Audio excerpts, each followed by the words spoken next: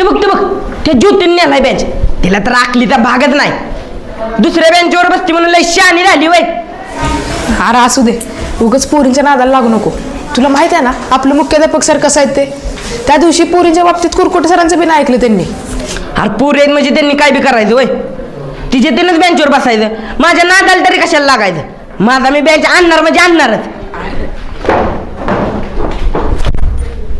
हे ज्योते माझा मला बेंच दे ते. काय संबंध, तुझं नाव लिहिलंय का ह्याच्यावर? मग तुझ्या तरी कुठं बापाचं नाव लिहिलंय. ए नीट बोल, मी तुझ्या वडिलांचं नाव घेतलं नाही. घे की सदाशिवाय माझ्या बापाचं नाव घेतेस का. घे.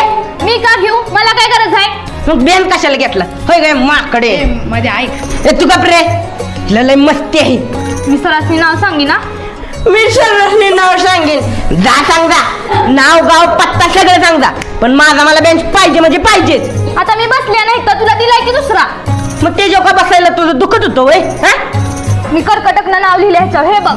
होय उद्याच्याला माझ्या हातावर पेनानं लावलीशील मग मी होईल का तुझा.